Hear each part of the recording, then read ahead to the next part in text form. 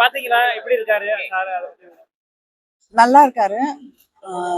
அதே நேரத்துல பாளையங்கோட்டை சிறைச்சாலை அப்படிங்கிறது திராவிட முன்னேற்ற கழகத்திற்கு புதிதான ஒன்று இல்லை. தலைவர் கலைஞர் அவர்களே இருந்த இடம்தான் இது. இந்திய எதிர்ப்பு போராட்டத்திலே 65 அவர் இருந்த சிறைச்சாலை தான்.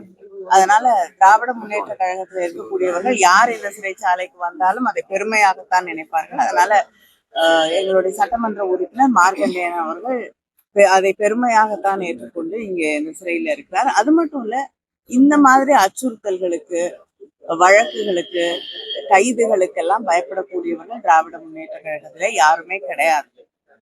எத்தனை பொய் வழக்குகள் போட்டாலும் அதை சந்திப்பதற்கு திராவிட முன்னேற்ற கழகமும் எங்களுடைய தலைவர்களும் தயாராகத்தான் இருக்கிறோம்.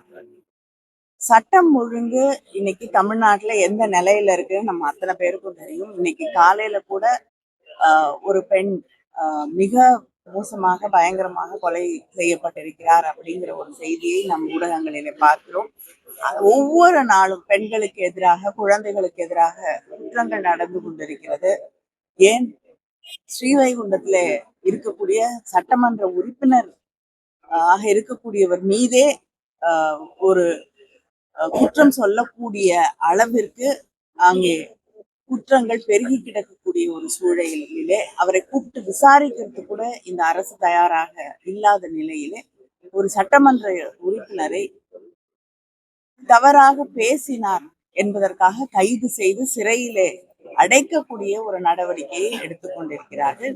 இவரை மட்டும் இல்லை, இதற்கு முன்னால் திரு அனிதா ராதாகிருஷ்ணன் அவர்களுக்கும் இப்படி அச்சுறுத்தலும் வழக்கும் போடப்பட்டது. அவரையும் கைது செய்ய முயற்சி செய்தார்கள், சிறையிலே அடைக்க முயற்சி செய்தார்கள். அடுத்து ஒவ்வொரு முறையும் கருத்துக்கள் சொல்லக்கூடிய யூடியூபர்ஸாக இருக்கட்டும், சோசியல் மீடியால பணியாற்றக்கூடியவர்களாக இருக்கட்டும், அவர்களை எல்லாம் சிறைக்கு அனுப்ப இந்த அரசு ஆட்சி முயற்சி செய்து கொண்டிருக்கிறது. தாவேகா ஜனநாயகத்திலே கொஞ்சமும் எங்களுக்கு அக்கறை இல்லை, நம்பிக்கை இல்லை, மக்கள் மீது எங்களுக்கு எந்த கவலையும் இல்லை என்று தன்னுடைய காவல்துறையை இப்படி எதிர்கட்சிகளை அடக்குவதற்கு மட்டுமே பயன்படுத்தி அவரை கொலை செய்து விடுவோம் என்பது பேசினதான் நாங்க நடவடிக்கை எடுத்தோம் சொல்லி நிர்மல்குமார் சொல்றாரு. ஒரு நிமிஷங்க, தாவேகாவை சார்ந்தவர்கள் எங்களுடைய முதலமைச்சர் அண்ணன் தளபதி அவர்கள் ஆட்சி பொறுப்பில் இருந்த காலகட்டத்திலே அவரை எவ்வளவு விமர்சித்து பேசியிருக்கிறார் அப்படிங்கறதெல்லாம் நாங்க பார்த்திருக்கோம், நீங்களும் பார்த்திருக்கீங்க. அப்பொழுது திராவிட முன்னேற்ற கழகம் இப்படிப்பட்ட நடவடிக்கைகளிலே ஈடுபடவில்லை. இவங்க ஈடுபடுறாங்கன்னா இது எதனுடைய வெளிப்பாடுன்னு பாக்குறீங்க? தாவேகா அரசுடைய வெளிப்பாடு என்ன? அவங்களுக்கு ஜனநாயகத்துல நம்பிக்கை இல்லை. யார் தன்னை விமர்சனம் செய்தாலும் அதை ஏற்றுக்கொள்ளக்கூடிய ஒரு மனப்பக்குவமோ மனப்பான்மையோ அவர்களிடம் இல்லை. அவங்க யாருக்கு பயந்து கொண்டு அரசியல் செய்கிறார்களோ அதே வழியிலே தான் அவர்களும் அரசியல் நடத்தி.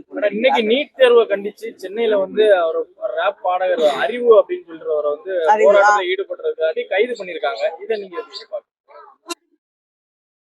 நான் தான் சொன்னேன்ல, யாருக்கு பயந்து கொண்டு அவர்கள் ஆட்சி நடத்தி கொண்டிருக்கிறார்களோ அவங்களுக்கே தெளிவா தெரியும். யாருடைய பேரையே சொல்லாம தொடர்ந்து பேசிக் கொண்டிருக்கிறார்களோ, பாஜக என்ற பெயரை சொல்லுவதற்கு கூட தயக்கத்தோடு ஆட்சி நடத்தி கொண்டிருக்கிறார்களோ அவங்களுக்கு எதிராக தெருக்குறள் அறிவு அவர்கள் ஒரு கருத்தை பதிவு செய்யும் பொழுது, போராட்டத்தில் ஈடுபடும் போது, டெல்லியில இன்னைக்கு எப்படி அங்கே மாணவர்களுடைய போராட்டம் கையாளப்படுகிறதோ அதே வகையிலே இங்கே போராடக்கூடியவர்களை இந்த ஆட்சியும் தாவேகா ஆட்சியும் கையாண்டு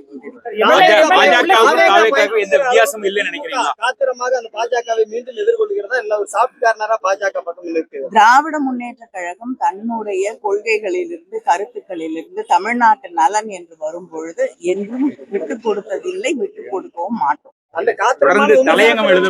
தலையங்கம் தொடர்ந்து எழுதப்படுகிறது. திராவிட முன்னேற்ற கழகத்தினுடைய சப்போர்ட் இருந்தா தான் இந்த 850 சீட் அது போன்ற நிகழ்வுகள் வரும்னு சொல்லி தலையங்கத்தை எழுதக்கூடிய அளவுக்கு கொஞ்சம் நெருக்கமான சூழல் தற்போது ஏற்பட்டு விட்டதா? இல்லைங்க, தலையங்கம் எழுதுவதற்கெல்லாம் நாங்க பதில் சொல்ல முடியாது. இல்ல, அது நீங்க தான் பதில் சொல்லணும். உங்களுக்கு என்ன அனுமான் எல்லா அனுமானங்களுக்கும் நாங்கள் பதில் சொல்ல முடியாது.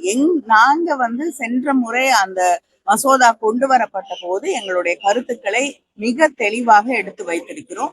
அந்த கருத்துக்களுக்கு மதிப்பளிக்க வேண்டும் என்பதுதான் எங்களுடைய கருத்து.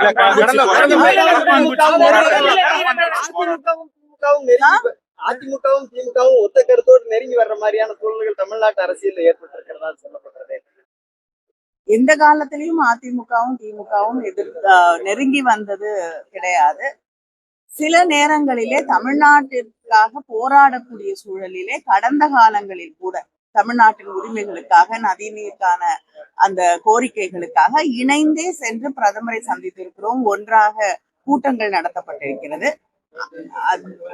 தமிழ்நாட்டின் உரிமைகள் என்று வரும்பொழுது திமுக அதிமுக மட்டும் இல்லைங்க, எல்லா கட்சிகளுமே ஒரே குரலில் ஒருமித்த கருத்தோடு பேச வேண்டும் என்பதுதான் திராவிட முன்னேற்ற கழகம் தொடர்ந்து வலியுறுத்தக்கூடிய நிச்சயமாக ஏற்றுக்கொள்ள முடியாது. நான் நேற்று கூட என்னுடைய கருத்தை பதிவிட்டிருக்கிறேன். மாணவர்களுடைய போராட்டம் தொடர்ந்து திராவிட முன்னேற்ற கழகம் நீட்டுக்கு எதிராக எங்களுடைய கருத்துக்களை நாங்கள் பதிவிட்டுக் கொண்டிருக்கிறோம். அது மட்டும் இல்லாமல் தொடர்ந்து அதற்கு எதிராக நீட் என்பது கைவிடப்பட வேண்டும் என்பதுதான் திராவிட முன்னேற்ற கழகத்தின் தொடர்ந்த கருத்தாக இருக்கிறது. அப்படிப்பட்ட ஒரு சூழல்ல மாணவர்களுடைய எதிர்காலத்தையே பாதிக்கக்கூடிய அளவிற்கு இந்த கொஸ்டின் பேப்பர் லீக்ஸ், பரீட்சைகள் சரியாக நடத்தப்படுவதில்லை என்ற சூழலிலே மாணவர்களுடைய போராட்டத்தை ஒடுக்க வேண்டும் என்பதற்காக அவர்கள் மீது வன்முறை கட்டவிழ்த்து என்பதை ஏற்றுக்கொள்ள முடியாது என்பதை திராவிட முன்னேற்ற கழகம் தெளிவாக எடுத்து அவருடைய உடல்நிலை, மனநிலை நன்றாக இருக்கிறது. இந்தியா கூட்டணியினுடைய ஆலோசனையில கலந்து கொள்ளாமல் வந்திருக்கிறீங்க. இந்தியா கூட்டணியினுடைய ஆலோசனையில